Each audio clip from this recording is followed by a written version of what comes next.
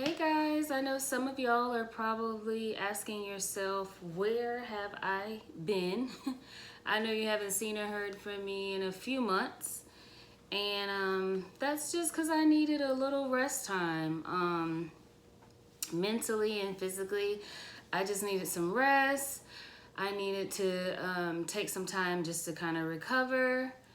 So I'm back, guys, and I'm back with an update. Um, It's been a challenging past few months, but I've been taking some new treatments and stuff like that, so I think that I am a little more on the right path right now. I may or may not have been in the hospital a few times, so I'll update you guys on some of that as well. Um, but just a little short version of what's been going on. I've been having some issues with neuropathy and vasculitis. So we've kind of taken some time to try to treat those issues or whatnot. So here's a little bit of an update on where I've been. Well, it is 6:25 in the morning on May 8th. Or is today the 7th? I don't even know, but my mom is making me go to the emergency room. I got up about 3, 4 o'clock and was just screaming out in excruciating pain. And so now I'm in the car waiting for her. We actually had to do a U-turn in the middle of the road because she's getting her insulin and her medication. So she's coming back to the car now, and we are headed to Tampa General. No. See you later, alligator. After a while, crocodile. You know what kind of medicine they gave you? They gave me some morphine. I don't think you should be taking all that stuff. I think you should mind your business. Well, why would you say that? Hello? Hello? You just gave me a shout out on Facebook. You said I was the world's greatest mother. Yeah. Because you be reacting to stuff. No, I don't be acting enough. Well, why would you want to be overreacting? I know we overreacting.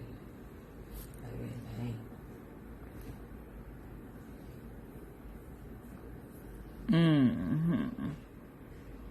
Are you in pain now? I feel like when that lady stuck that cotton in my foot, in my leg, that I feel like the Q-tip still stuck in my leg.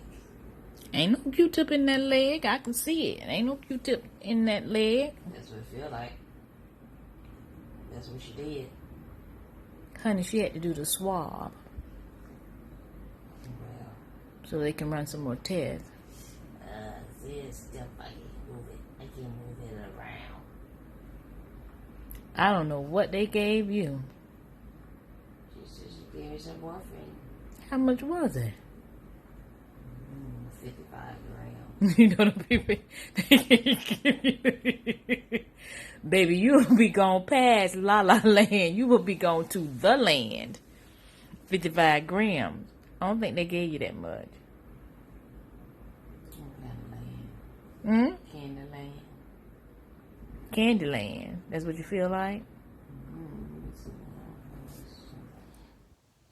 So as you can see, some of my main challenges, or the two biggest main challenges the past few months, have been me dealing with neuropathy. I have a little bit of nerve damage and also vasculitis, which have been causing me to have some ulcers that aren't healing properly.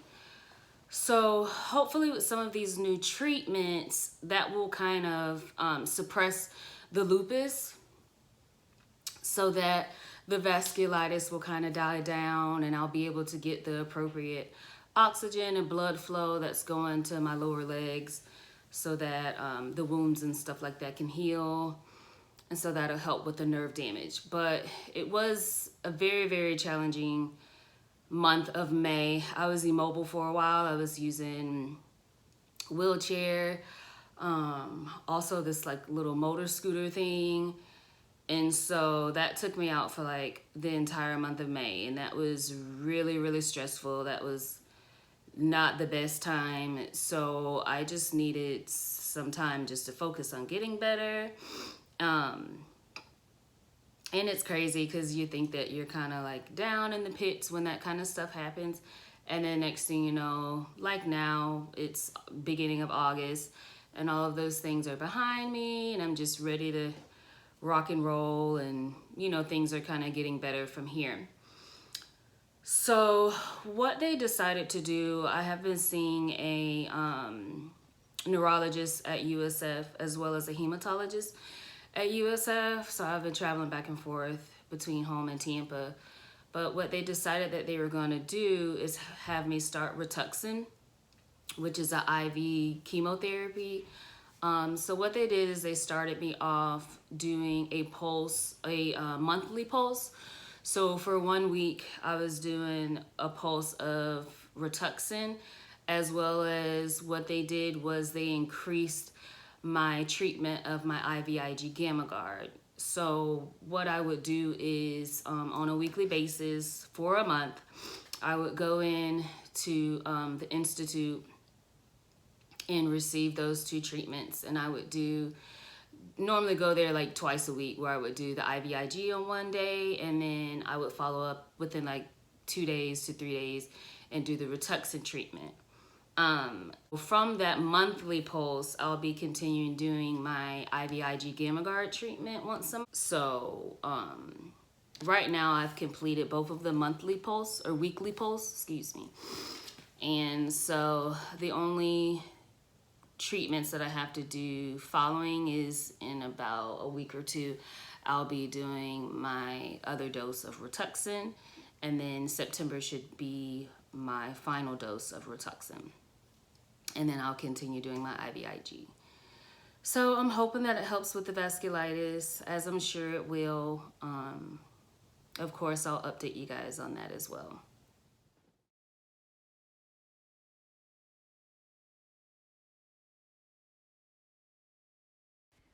So you can see our beautiful road maps where the vasculitis is. That's like the white part. It's the ulcer, and that yellow stuff are in. So you can see it's a hole, but in there is dead skin. It's a little white road. On the side, it's the same thing.